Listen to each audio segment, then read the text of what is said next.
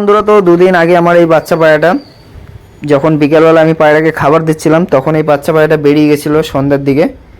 তো সেদিন আমি গেছিলাম, তো ওখান থেকে এসে আমি পায়রাকে যখন খাবার দিয়েছিলাম তখন এই বাচ্চা পায়রাটা কালাঙ্কা বাচ্চা, তো দুটো কালাঙ্কা বাচ্চা আছে এখন।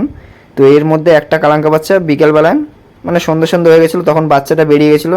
মানে কটা বাজে, 4:30টার বেশি বাজে।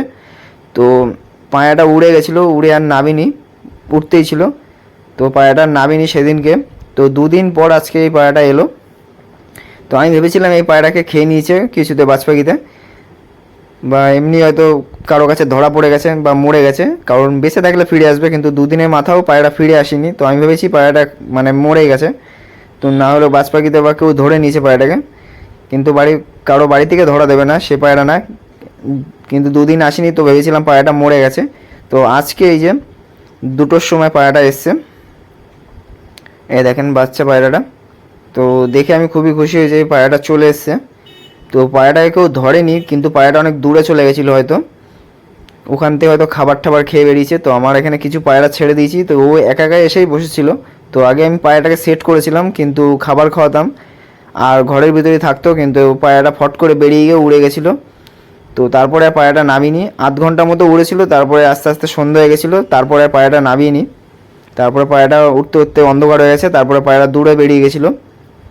তো আমি ভেবেছিলাম হয়তো পায়রাটা মরে গেছে, কারণ দুদিন হয়ে গেছে পায়রা আসেনি, আজকে এলো।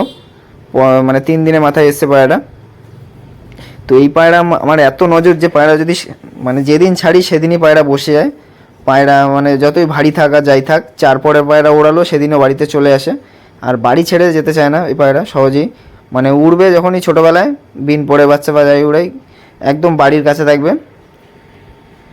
আর পায়রাটা সন্ধেবেলায় বেরিয়ে গেছিলো, তো এই যে আজকে এলো। তো নামুক, তারপর আপনাদের দেখাবো, পায়রায় শখ করবো। তো এটা কালডুমের মধ্যে আছে, মানে কালডুম সাদা হয়ে যাবে পরে, আর মাথায় একটা টিক্কি আছে, মানে কালো দাগ আছে পুরো, মানে মনে হবে একদম কেউ লাগিয়ে দিয়েছে। তো পায়রাটার নামুক দেখেন।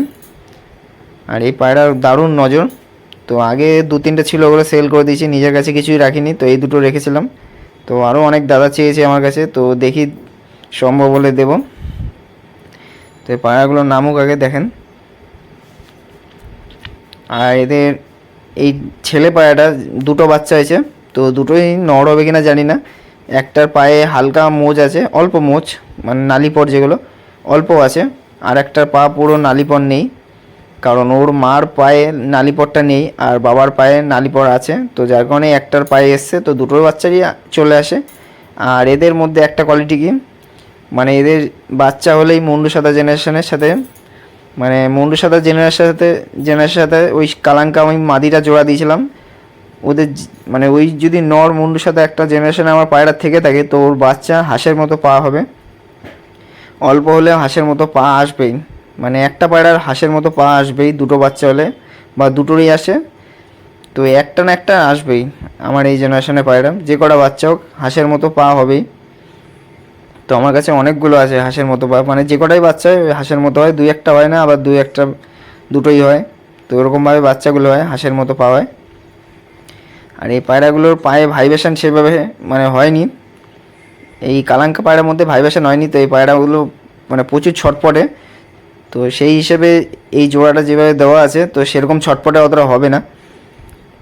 তো ডাইরেক্ট ওর বাবার সাথে কালাঙ্কা জোড়াটা দিয়েছিলাম মাদিটা, তো তার বাচ্চা প্রচুর ছটপটে, কিন্তু ওর বাচ্চার সাথে যখন জোড়া দিয়েছি তখন ওর বাচ্চা অতটা ছটপটে হয়নি, কিন্তু পায়রার নজর প্রচুর হয়েছে। তো এই যে পায়রাটা নেমে গেছে, তো পায়রাটা খাওয়ার জন্যই গেছে, ঘরেও ঢুকবে পায়রা। তো 2 দিন বাড়ি ছিল না, তো এতদিন পরে এলো পায়রাটা। আমি তো ভেবেছি পায়রাটা মরেই গেছে, কিন্তু মরেনি, দেখেছি ফিরে এসছে। তো আগে একবার এরকম হয়েছিল যে আমার একটা পায়রা গেছিলো, 4টে পায়রা উড়েছিলাম, তার মধ্যে 3টে পায়রা রাতে উড়ে বেরিয়ে গেছে, দূরে চলে গেছে, তার মধ্যে একটা পায়রা আমার আসেনি।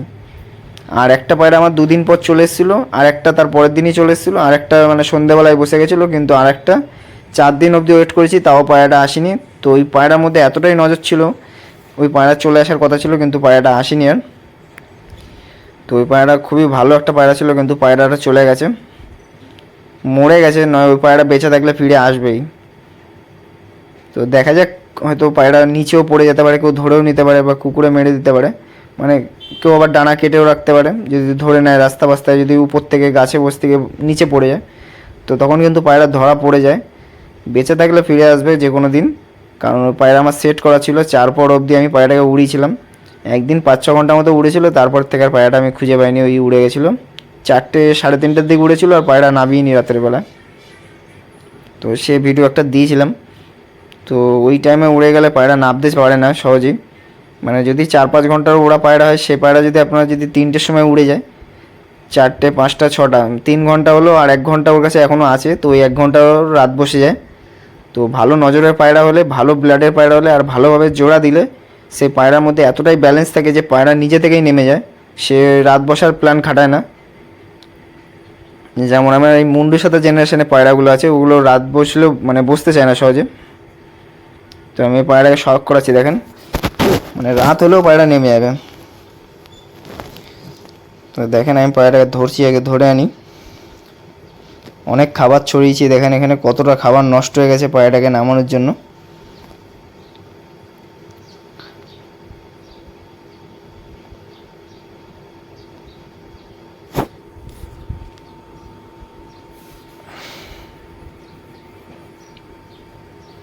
তো এই দেখেন পায়রাটাকে নিয়ে এসছি এবার, এই যে বাচ্চাটা, এ দেখেন মাথার উপর টিক্কি আছে, একটা কালো লম্বা টান দাগ চলে গেছে।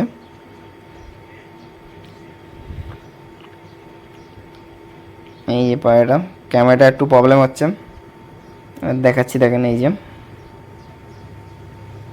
মাথার হেড শেপটা দেখেন, যত বড় হবে আস্তে আস্তে ঠোঁট মোটা হয়ে যাবে। আর ঠোঁটটা দেখেন কত সুন্দর লাল ঠোঁটের মধ্যে আছে, সাদা ঠোঁট না, লাল ঠোঁট। আর এই যে হলো পায়রার ডানা, আর গায়ে দেখেন হলুদ হলুদ রং লেগে গেছে, তো কিসের জন্য হয়েছে জানি না রংটা, কিন্তু হলুদ হলুদ কালার হয়ে গেছে গায়ে। আর এই যে কালো লেজটা আছে, এগুলো সাদা হয়ে যেতে পারে। আর যেটা বলছিলাম, দেখেন পায়ে দেখেন হাঁসের মতো পা আছে, এটা ওর বাবার জন্য এসছে, কারণ ওটা মুন্ডুর সাথে জেনারেশনে পায়রা। আর দেখেন আমার এখানে গাছে কত কামরাঙ্গা হয়েছে, এটা নিচে আছে, অনেক কামরাঙ্গা হয়েছে, সব পেকে গেছে। দেখেন কত কামরাঙ্গা হয়েছে, এক একটায় 20টা 22টা করে থলি হয়েছে, প্রায় 30-40 কিলো মতো কামরাঙ্গা হয়েছিল একটা ছোটো গাছে। তো তারও আপনার ভিডিও শখ করালাম, সব সময় হতে থাকে এই গাছটায়। দেখেন পুরো হলুদ হয়ে গেছে, আর একটা কামরাঙ্গা তো এত পাকা ছিল ধরার সাথে সাথে পড়ে গেছিলো। তো ভিডিওটা ভালো লাগলে লাইক কমেন্ট করবেন।